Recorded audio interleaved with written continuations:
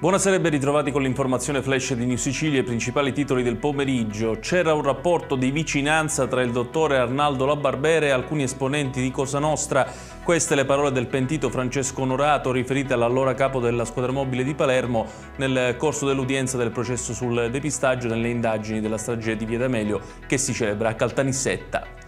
È stata rinviata al 23 gennaio davanti al GIP dei minori di Palermo l'udienza preliminare a carico del 18enne accusato insieme ad altri 6 ragazzi dello stupro di gruppo a Palermo. La difesa del giovane ha depositato un video che smentirebbe la versione della vittima. Emergono nuovi dettagli sull'omicidio di Delia Zarniscu, una delle 2 donne di Naro trovate morte all'alba dello scorso venerdì. Pare che prima di morire la 58enne sia stata torturata con una lametta. Le donne sfigurate in modo permanente in viso e gli orfani di femminicidi potranno essere assunti per chiamata diretta dalla pubblica amministrazione. Questa è una delle norme approvate nella finanziaria regionale.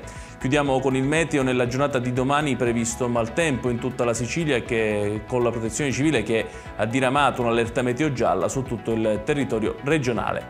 Ed è tutto per questa edizione. Tutti i dettagli su queste notizie li trovate sul nostro sito www.newsicilia.it. Grazie per averci seguito e arrivederci.